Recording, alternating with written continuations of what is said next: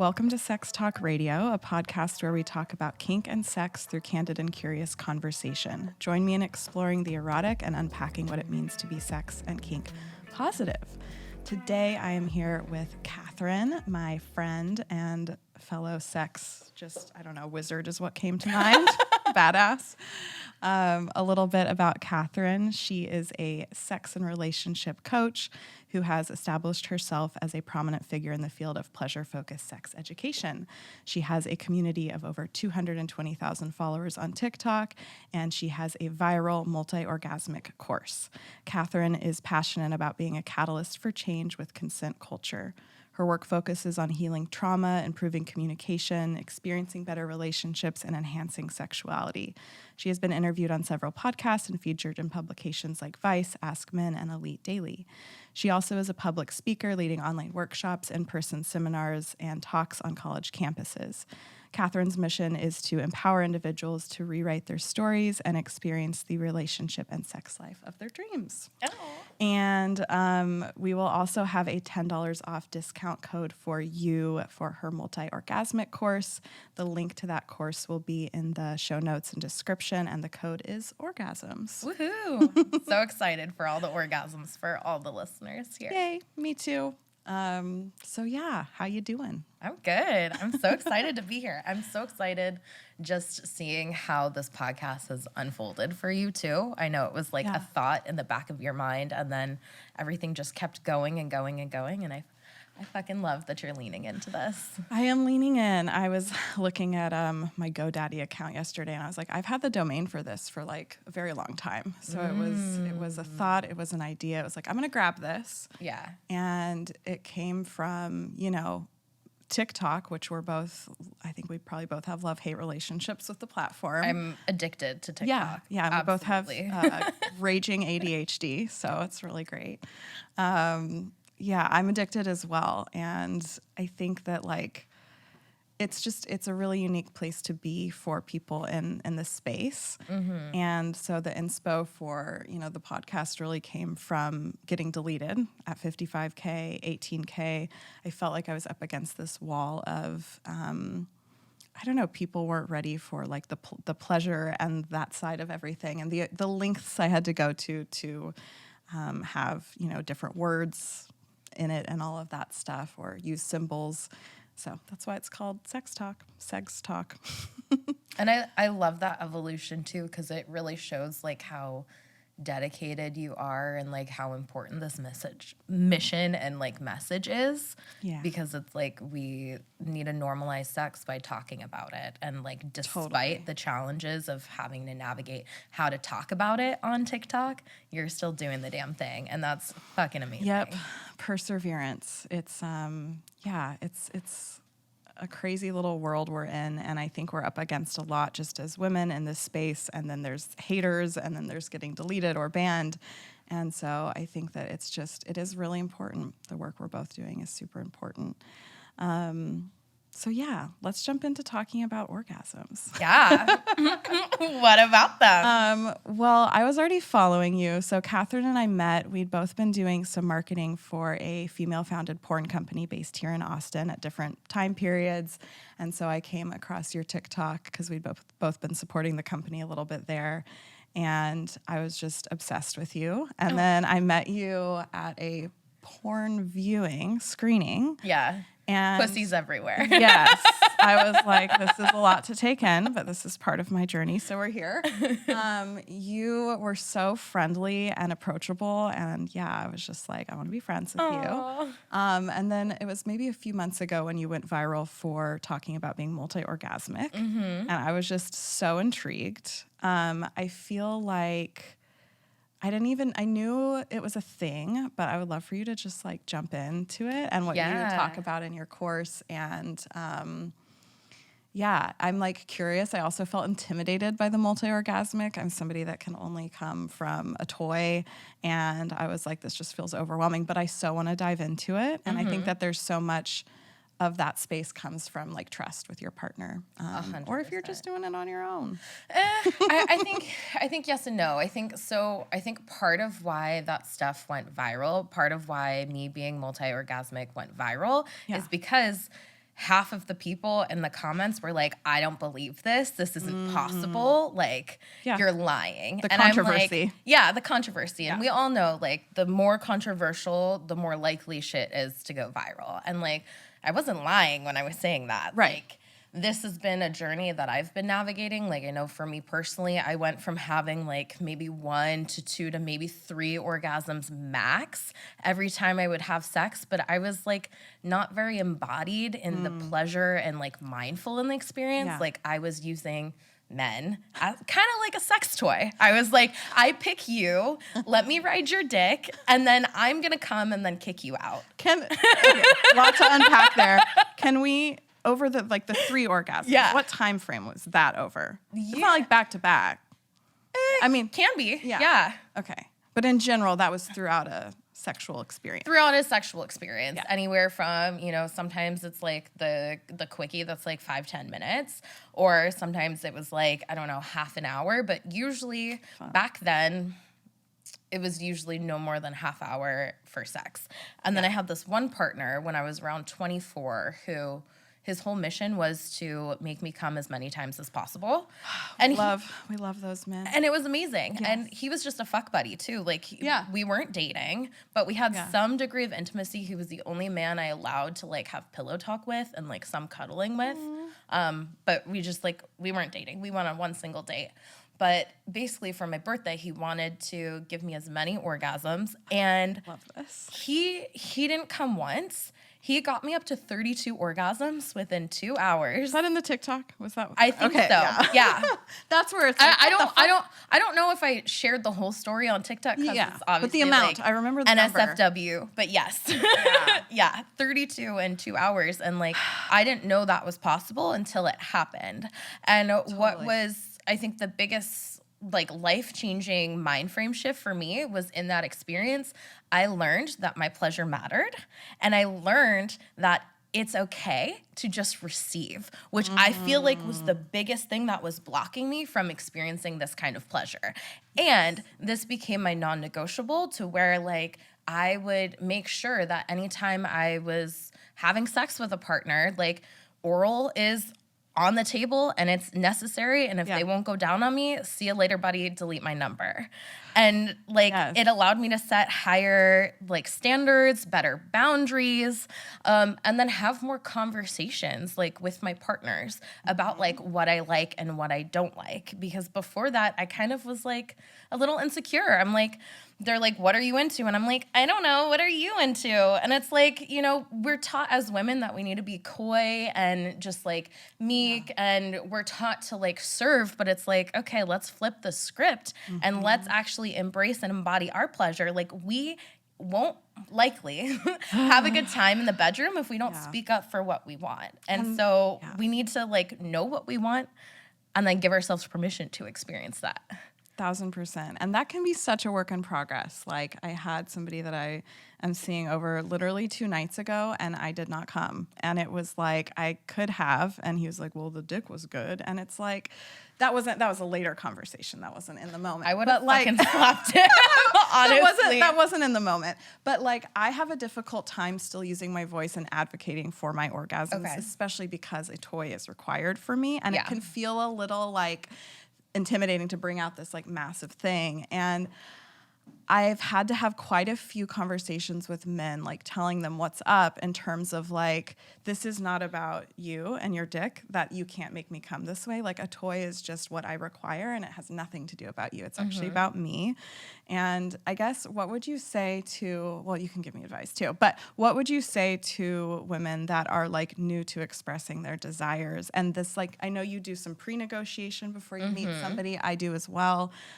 What does that look like, and what advice would you give? Yeah, I mean, I think that's the first piece of advice, is like the pre-negotiation, whether it's like a new partner that you meet on an app, or someone you meet in real life, or even an established relationship. I think it's so important to have more conversations about sex when you're not initiating, which I think is like the big key here. Is a lot of the times we have these conversations like right before the moment, and there's this immense pressure, everyone's and we feel horny, this anxiety, and we're like, okay, well, like, do I really need to say something? Let me just like do it and then just deal with the repercussions later. And I think it's like if we have more conversations about sex before sex is even on the table, or if it's not even like, you know, you're getting coffee with your partner, like, or like going to the farmer's market and like, let's walk the dog and let's talk about like what's working and what's not in the bedroom. And the point of these conversations isn't to be like, well, you're not making me come and this is what's wrong with you. It's like, no, it's having an opportunity to be like, well, I like this, this, and this. Like, what do you like? What would you like more of? Here's what I'd like more of, right? And so I personally strongly believe that, like, if you don't feel comfortable having conversations about sex with your partner, they shouldn't be your partner, period. Yeah. And it's like, if we feel so uncomfortable with just talking, why are we as women allowing these people into our bodies, right? Sure. And I think a lot of that can come from fear of rejection and fear of judgment. But if you've been with somebody a long time, you absolutely should be having those conversations and ideally being comfortable with that. And I love what you said because I connect with a lot of people on Field, love the app. And I find that a lot of people who aren't experienced in like the kink and BDSM world just jump right into like sexting. And it's like, no, let's start with this being just a very human conversation. And literally I will have somebody be like, if somebody starts just trying to sext me over the app, I'll be like, let's revisit this. I'm not in the mood. Or like, hey, I think it would be really respectful if you would ask me if I'm in the mood before you assume I want to sext you. 100%. Because like being turned on and having those conversations, like you said, the pillow or the before pillow talk is so different than being turned on and trying to figure out what you want, because those things can be very different. And so I think it can be good to figure out your boundaries and all that stuff prior. 100%. And I think like to further on that boundary conversation too, like I'll say like I love sexting and I don't mind sexting randoms. Like it's fun, but fun. Half the time I'm not like, you know, I'm not masturbating. I'm like grocery shopping or like I'm in Target or the like women are watching the TV. Men. The men are the ones that are. They're the ones that are diddling and like not me. But I will say like a hard limit I have too is like I don't like getting dick pics before I meet someone. And that's a hard limit for me. Yeah. And to me, that's a good indication. Like if someone sends me an unsolicited dick pic and I explicitly tell them I'm not into it, fuck no. I don't trust them to like be able to respect my boundaries or more important boundaries, especially as someone who like has experienced like sexual assault in the past, which like we don't need to go deep into trauma, but I think like so many of us women have experienced like dangerous situations. And I think it's hard, especially when you've experienced those situations, to be able to like speak up for yourself because sometimes you're afraid of like what could happen. And so that's why it's almost more important that's why pre-negotiation is so important. So it's like if someone crosses that boundary, that's a fuck no. Like you don't want to fuck with them anyways. You really don't. And like I've had many men like in the past when I, you know, had less boundaries, less self-esteem where I would allow that behavior to happen. And then what would happen? I'd be put in situations that I didn't like, or I would say yes to something but no to something else, and it's just like that's fucked up and we shouldn't have to go through that. And not to victim blame, absolutely, there's no reason for this to happen, but we need to, given the society and the culture that we're in, we need to be mindful of our boundaries and be firm and strong with them, because like fuck them. And boundaries take time to get comfy with, is what I've learned. Like, I mean, literally having difficult conversations about sex and not about sex has only really come to life for me in like the last year. And like the first time I started setting boundaries and having those conversations, it was like I was shaking. Like it is a muscle that you have to flex over time, but you've got to start somewhere. And at least for me, having a lot of conversations on Field and these, you know, kink-friendly dating apps, what I find is that people that are authentically already in the space are really comfortable with that.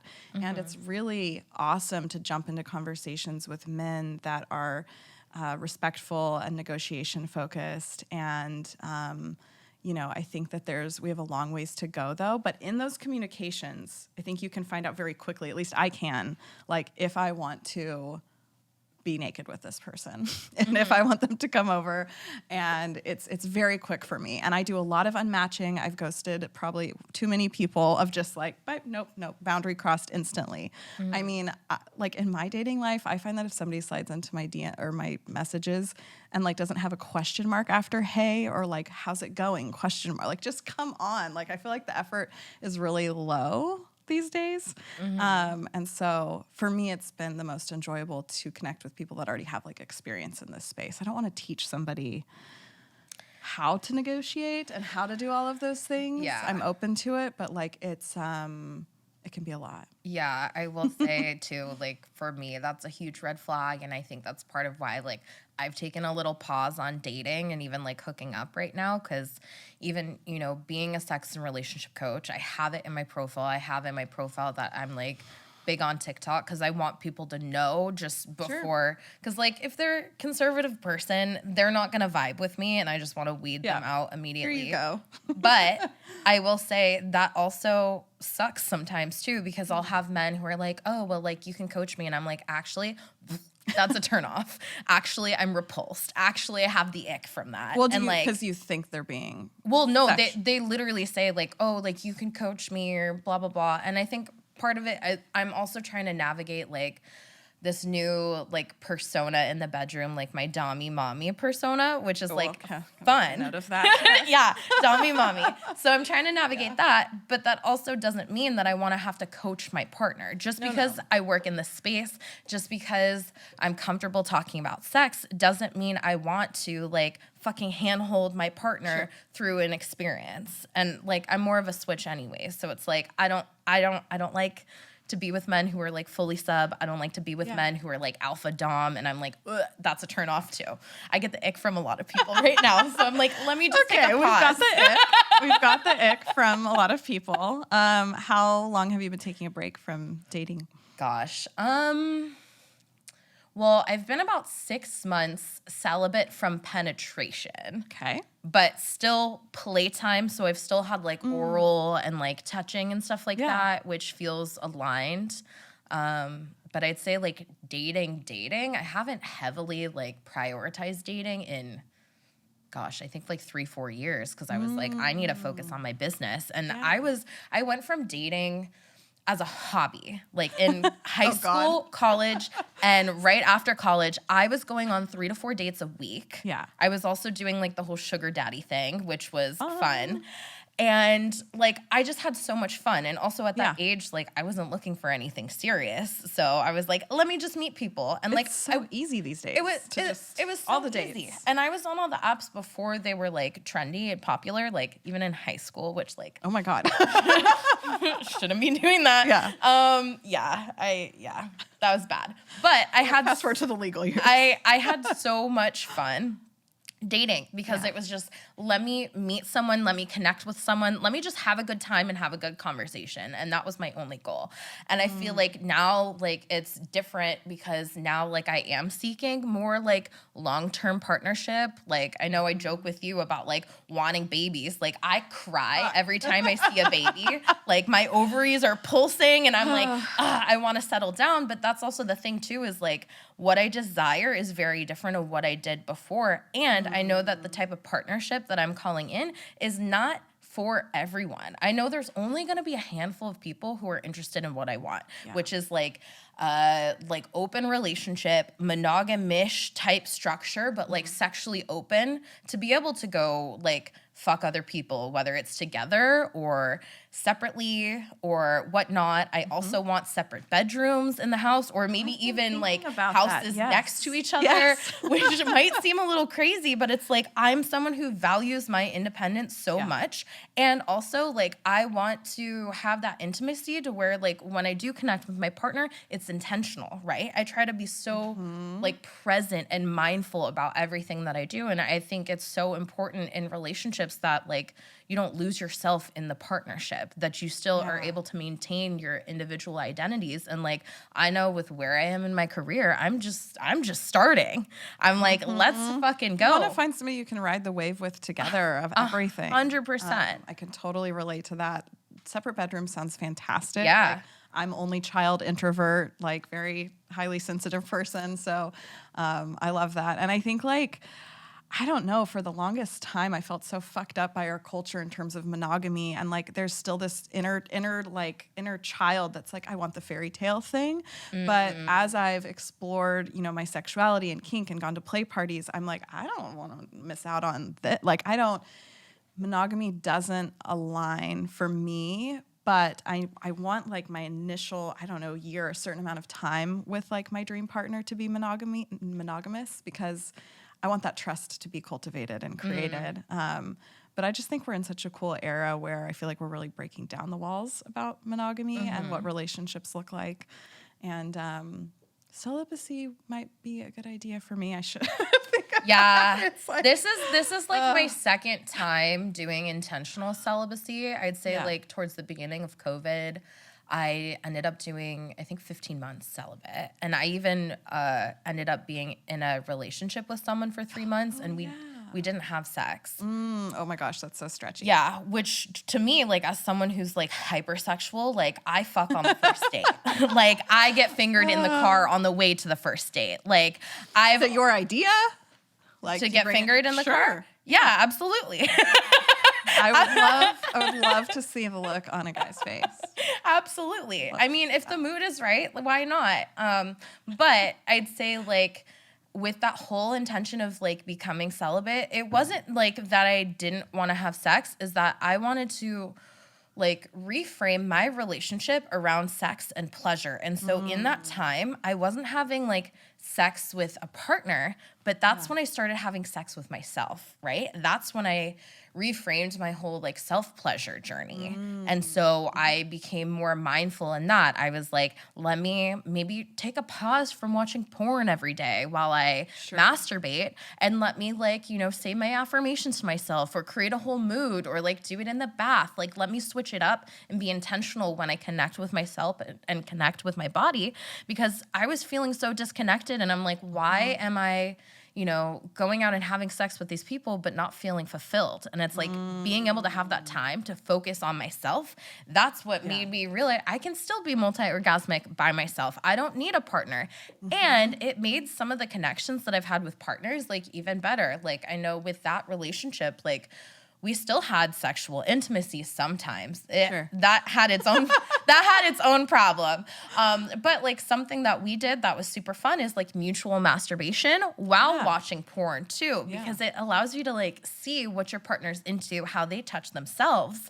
And then that builds that desire to where I feel like sometimes we're just like going for it, and it doesn't have to be that way. And when you give yourself the space to explore when you're masturbating, you can get really clear on what you want to ask for too. Like 100%. I'm very clear that I like this thing. 100%. And something I did in my journey through exploring kink the last year was like, I wrote out a list. It's in my fucking phone notes of very specifically the things I like to get asked to do as a more submissive person. Like it's very clear, and I can literally copy and paste it because I'm like, I know what I like. And it sometimes, even after practice, can be intimidating to like ask for it. Like, hey, I like this thing.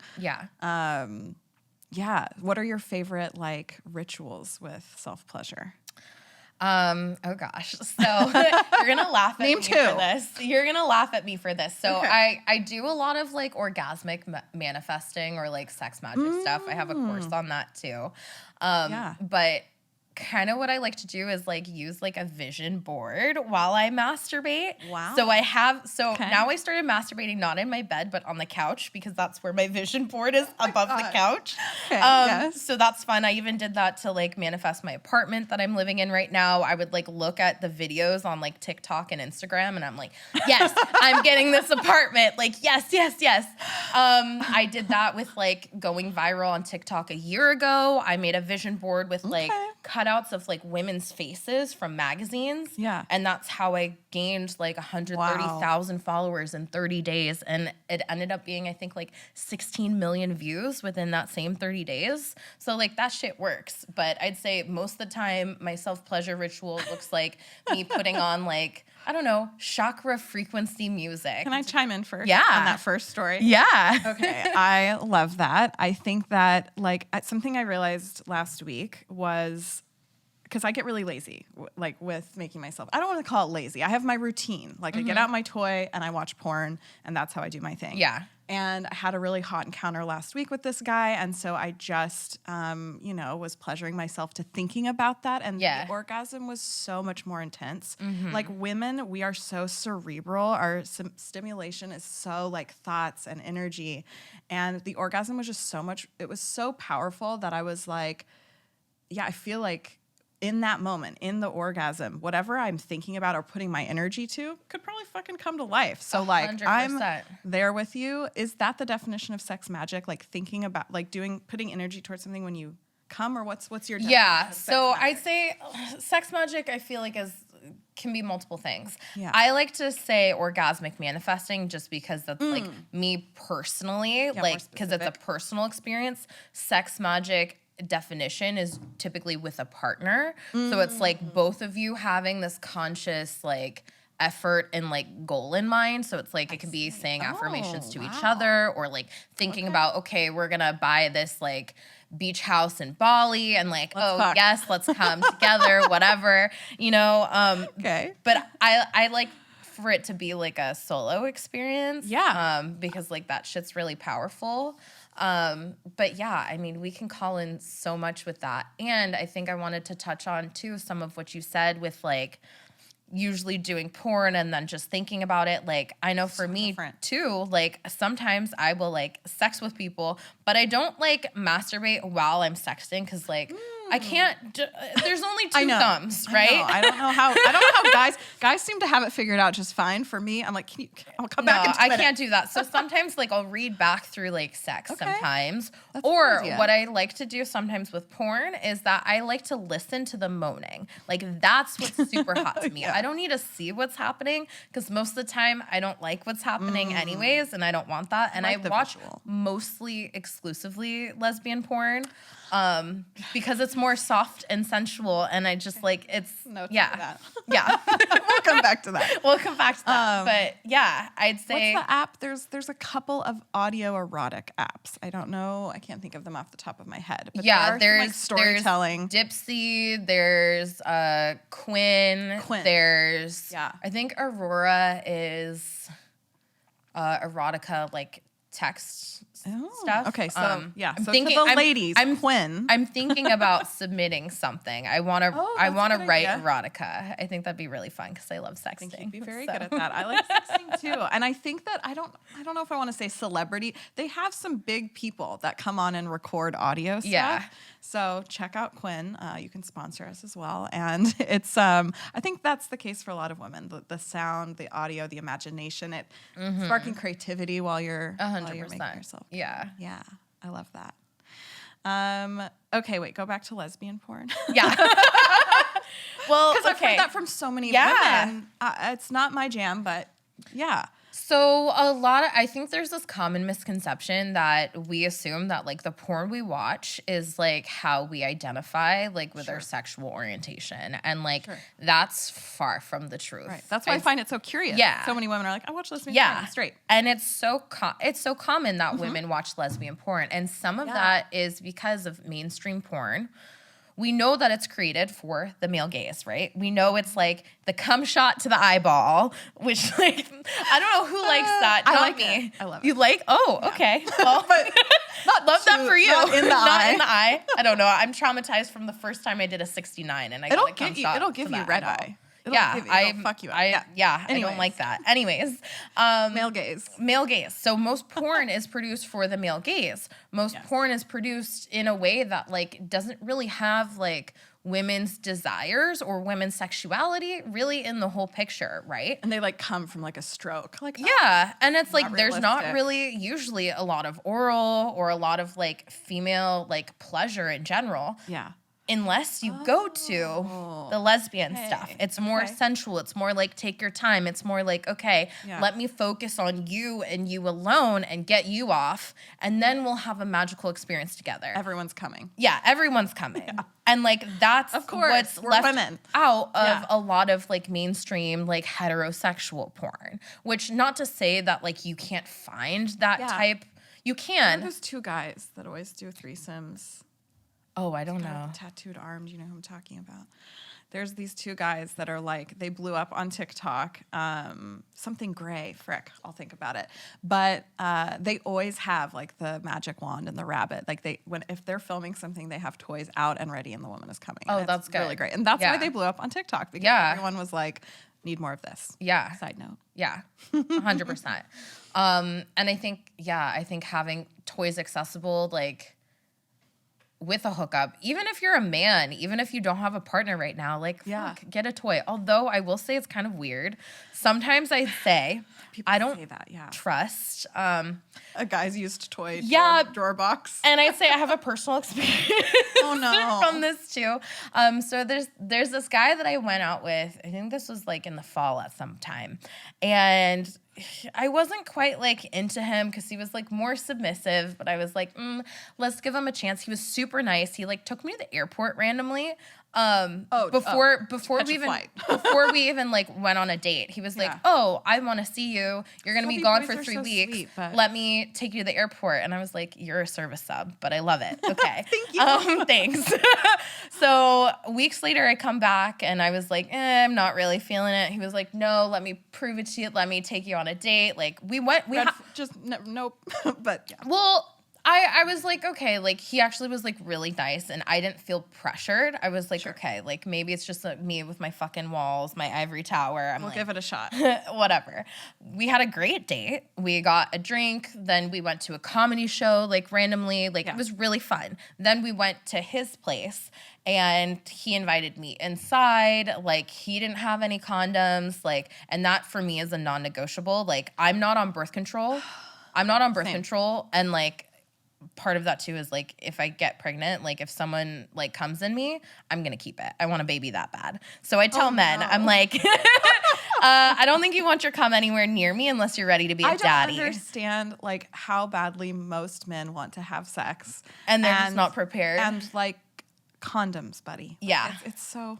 Yeah, simple. So. Anyways, so he didn't have condoms, and he opened up his whole little toy box to look for them. He was like actively trying to look for them. Yeah.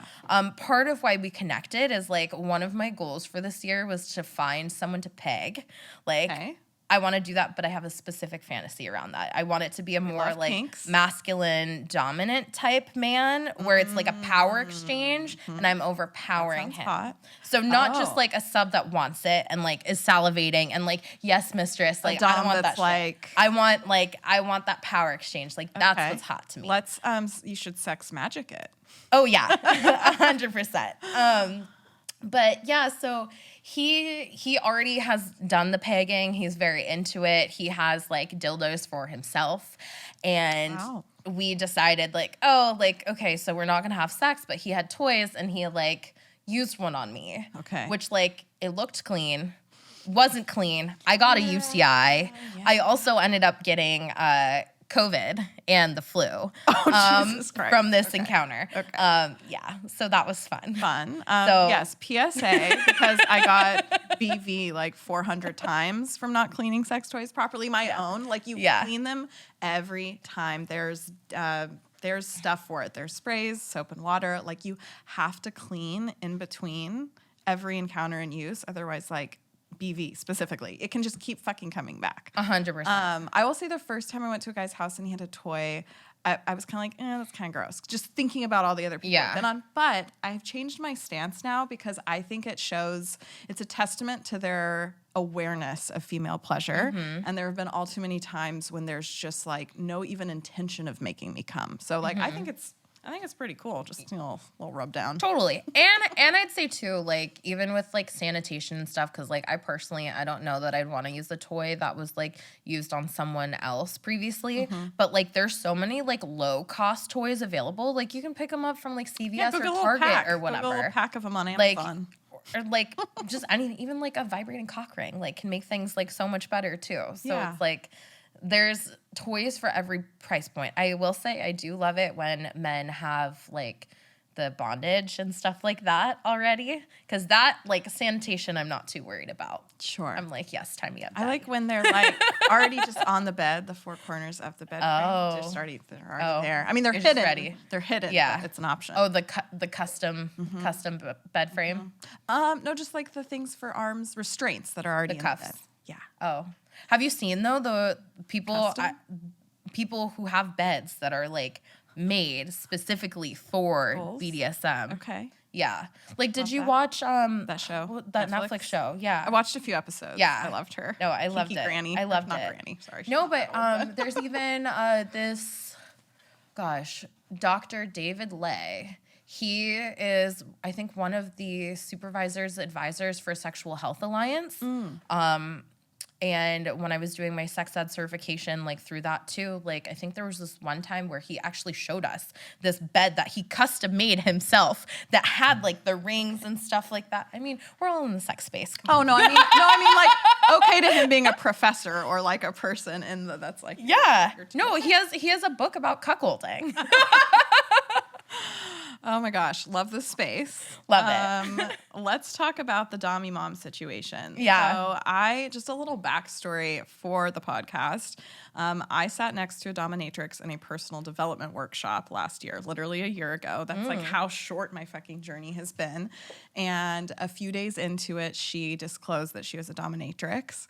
And I was like, oh my God, I have so many fucking questions for you. I've always been hypersexual, had a lot of partners, but it's always been like a shame thing, a secrecy thing, and feeling kind of like alone in it. And she just kind of like took me under her wing and supported me in my sexual exploration. I went to my first event, and that completely changed my life. And it just like opened up my eyes. And as I explored the world, I realized that I definitely enjoy being submissive. And it's just the whole element, like everything about power play and power dynamics is so erotic and fun. And I really like, when I talk and think about sex, I like to really understand why we like certain things. So I'd love for you to talk a bit about the Dommy Mom exploration phase that you're in and power dynamics, and also anything that you can think of about why you think you enjoy the things you do with power play. I think that's such a good question.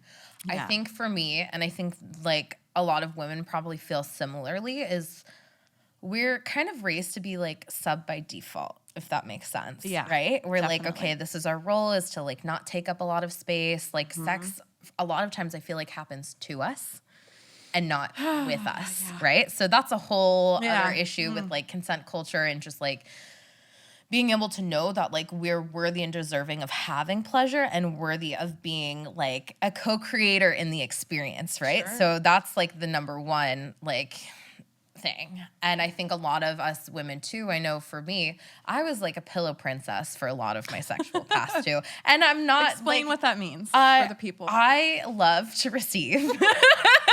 I love it. So that's never been a stretch for you. No, that's never been a stretch. I love, like, that's my ideal, is someone who wants to go down on me for like half an hour, maybe even like a full hour. Maybe like sit on their face, maybe tie them up too. Like, okay. Yeah. Yes, very dominant. Yeah, we do. Dominant, we do a lot of yes. that stuff. Okay. But I've always been into receiving. But it wasn't until that partner that I shared about earlier when I realized that, like, okay, like this is a non-negotiable. Like I need oral, I need sensuality, right? And then with the power play, I feel like in general, like in my life, like you know me personally, I'm a pretty like dominant type woman. I'm very assertive, like take charge, but I also still have this like soft, nurturing, like I just want to mom everyone. I just want to be a mommy. I'm like, let me take care of you. So it's like part of this, like, okay, I'm going to speak up for what I want. I'm going to be the one in control. And I'm still going to be soft and nurturing and loving through the experience. And so, like, that's sort of like what this unfolding is right now. Yeah. With exploring this in the bedroom is like, okay, domination doesn't have to be like stern, like, oh, you're doing this, let me crack out the whip. It's like, no, okay, like people have such specifics in their mind of what everything is. And yeah, it's just 50 Shades of Grey. No, it's not. There's it's so much not. to it. It's not. There's so and like, don't even get me started on those books and movies too. It's like I think that really opened like kink to be more accepted mainstream. Yeah. But it's so problematic because it doesn't talk about like the negotiation process and like that just relationship. Here's a sign a contract. That relationship was so toxic and like Yeah, emotionally abusive and just like not okay. But yeah, I'd say with my Dami Mommy persona, it's more nurturing, it's more gentle, it's more like loving and caring. And it's like, I personally, I have a praise kink. And I think like, I like telling people you're doing a really good job, or this feels so good, or like, I love it when you please me. You like to, it both ways. Both ways. Yeah. Both ways. But I definitely have experimented with having like service subs. Like when I was in, was this in college? No, just after college. I had this guy who would come over, he'd bring me food, and he would like do chores for me. He would like come like clean the floor, do my laundry, wash my dishes, and like his reward, if he was a good boy, would be to like rub my feet or go down on me. And you are such a dom. Yeah.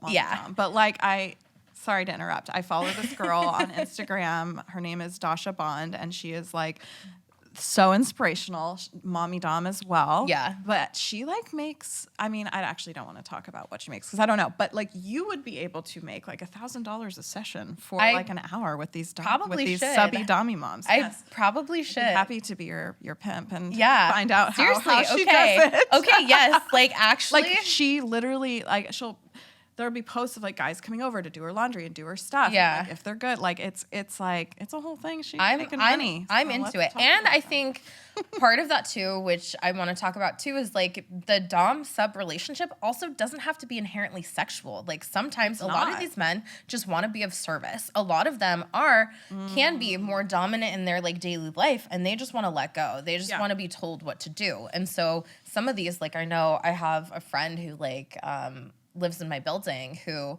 she also has like a service sub come over, and like he's even like gotten me a pizza, and he's like washed my own floors, like watered my plants while I was out of town, like, and there's no sex on the table at all, nothing sexual other than like a foot rub, like that's it. And he wears these tidy whitey little underwear and a bow tie because that's what turns him on. And like that's it.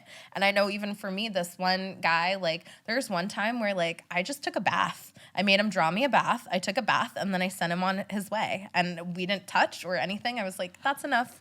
You're relieved. Oh, my gosh. And it's like, it doesn't have to be about sex. And I think that's also, too, with, like, back to my whole, like, celibacy, is right now it's, like, not having penetration, but exploring kink without so penetration. Yes. You can explore kink and BDSM without it being penetrative sex. Absolutely. And like that's the phase that I'm in right now. It's like let's explore these power dynamics and control, and like me being the one in control with like all of this. It took me a really long time to understand that too, or like to believe that. Like as I became friends with this dominatrix, of her really being like, there is a whole world, there's a whole subculture, there is this whole kind of spoken, unspoken rule book and guidebook to being kinky and being in the BDSM community, and it's not about fucking like it can be, but there's so much more to explore there, and I encourage people to play around with that. Something that I will say as like a more dominant, independent woman is that I see the opposite of like why I like being submissive so much is because I feel like I have to be in charge and in control, and I'm just a controlling person by nature. And so when I trust somebody and they're telling me what to do, it feels like a completely different headspace that I'm in. And I also find that it's one of the few times where I can be extremely present. So I'm curious if you play around with being submissive at all, and like, because you're kind of staying in the same headspace in certain ways across like your life and the bedroom and all those things. So I'm curious. I'd say like some, like I think it depends on the partner, and that's why like I will say like I'm exploring dommy mommy, but I will say at my core I'm a switch. So it's like I can be that more submissive. Sure. Not a sub though. I'd say more of a brat. Like I will fight you on it. Like I won't listen, or like I like a little like manhandling or like wrestling and stuff. Like that's fun. From them, but like that's again going to like the power exchange is super hot to me. So it's like I'm okay with like things happening to me, you know, or just like listening, depending on like what it is. But it's like, that's also too, like, you know, having the negotiation before, it's like figuring that out. But again, it depends on the partner. Some partner, they just like embody that kind of like dominant nature, and I'm like, ugh, I'm wet already. And other times I'm like, okay, well, like, you're a little sub, so like let me rise to the occasion, and like you're gonna service me. So I don't know, but I think either way, like whether I'm more dominant or submissive, I look for and desire like either a service dom or a service sub. Perfect. So either way, acts of service is one of my most important. I mean, physical touch, yes, but acts of service, absolutely. Yeah. I want someone to service me. It can be such a big switch to get comfortable with that. It took me a really long time, well, in the last year of my kind of crash course, I would say, actually, into exploring all of this, to get comfortable with receiving. It's really, and I think some of that is for sure societal and cultural and what we see in porn. And to have all the attention on me, it can be very stretchy. So for women that want to explore being multi-orgasmic, talk a bit more about that. Yeah, I'd say to explore being multi-orgasmic, I think obviously too, it's like figuring out what is your definition of pleasure, right? And how do you define it? And it's like, not always orgasms. It's not always orgasms. And I think like the common misconception too, which like I got a lot of messages and comments from people too when like this was going viral, was like, okay, but like you shouldn't focus on the O. And I'm like, exactly, you shouldn't. So it's like part of my journey to becoming multi-orgasmic, and part of the journey for most women is that like it's not focusing on the end destination. It's being more mindful.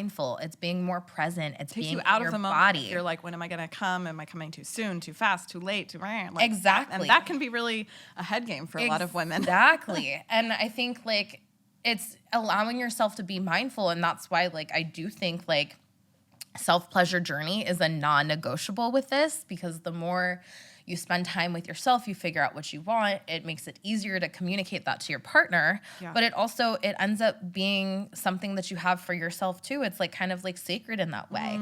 And when you're exploring pleasure and things that just feel good and like sensations, like that's something that I definitely recommend for anyone. And like that's included in the course too, is like how to bring more sensation play into it, more mindfulness, more sensuality. Because we think of it as just like it's about sex, but it's not. It's about your senses. It's about exploring erogenous zones. Like the 32 orgasms that I had that first time, I will say, like, disclaimer, I am one of the 18% of women who can have an orgasm from penetration alone.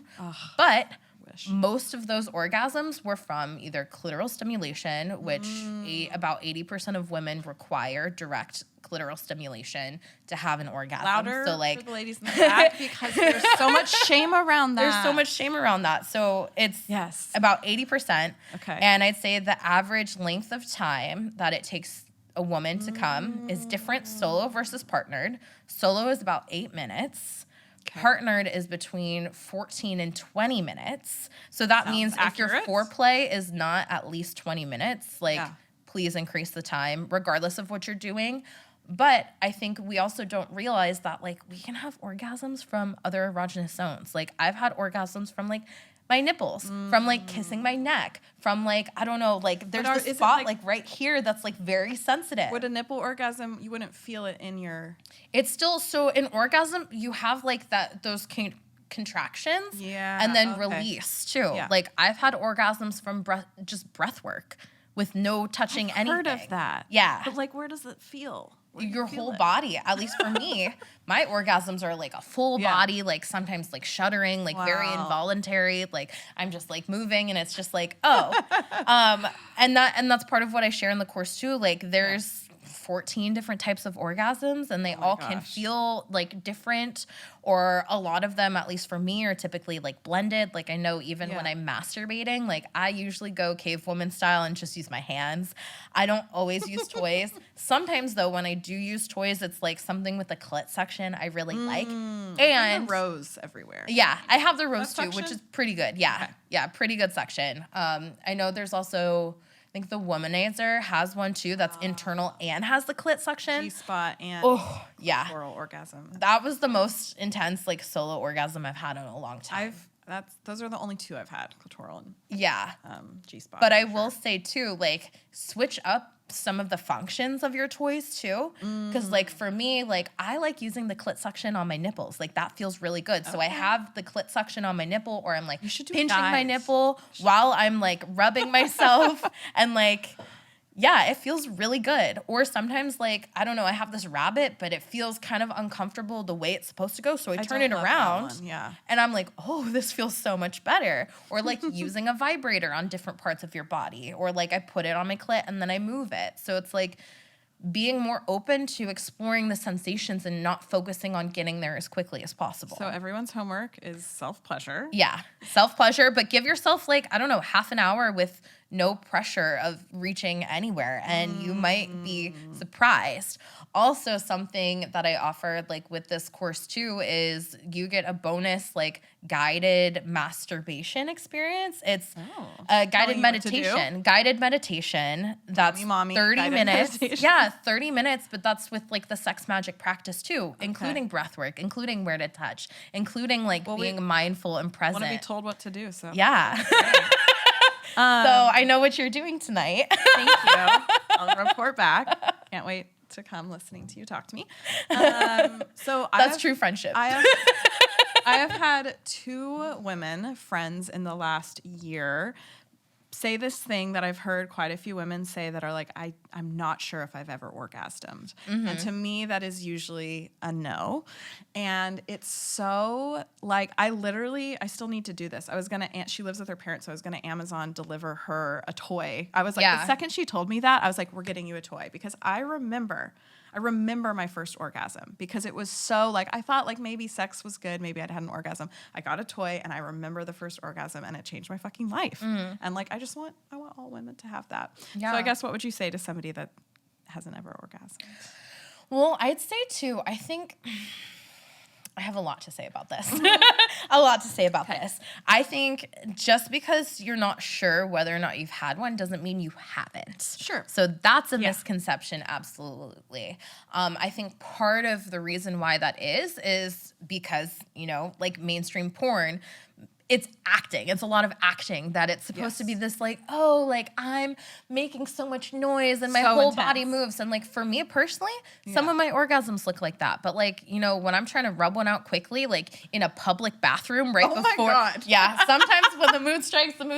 Or like I just have 5 minutes before this call, but I really need to get off. Like I love it because it's like how guys talk about like, oh, I just had to do it. I love it because I feel that way sometimes too. No, I just had to do it. I'm just like, I'm horny. I gotta come. Like, sorry. But I think with that too, it's like sometimes like my orgasms look and feel and sound differently too. So it's like, it doesn't have to be this massive, like full body response. It could just be like you feel a little tension, a little buildup, and then there's like a little relief. Just a little relief, a little release. Yeah. And it doesn't have to be this big, massive explosion. Right. And I will say for a lot of like women or just like people in general, like certain medications, your hormones, your mental health. Can lower how it feels when you do have an orgasm. Lower how it feels or prevent you from even getting there. Like I know like I've been talking with you a lot about like my own mental health lately, and like I had to get back on meds for like anxiety, depression, all sorts of stuff. So related to libido. Yeah. Like so related to libido. And like I texted one of my friends the other day, Kale. I told him, I was like, I haven't wanted to masturbate for 2 weeks. Wow. And yesterday I did for the first time. And I was so worried because my medication, it's an SSRI, which is like notorious for like reducing libido and not being able to come. But I was able to come. So fuck yes. So that was exciting. But I think also like knowing it's like, where are you in your life? What are other stressors that are going on? And I think part of that too is just like, how comfortable and safe do you feel with your partner?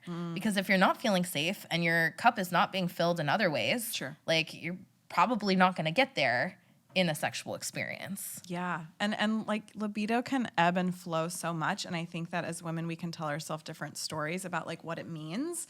And I mean, there was even like a lull for me where as I was thinking about doing this podcast, like I wasn't horny for a few weeks. Like I was going through some gnarly PMS, PMDD stuff. And I was just like, who am I and how am I even qualified to do something like this when I don't even want to have sex? Like, and that's so not true, you know? And it really ebbs and flows. And for me, it's very, very much my cycle, my menstrual cycle. Like I think I'm only going to record this podcast on ovulation week because I'm in the zone. I'm creative. I'm inspired.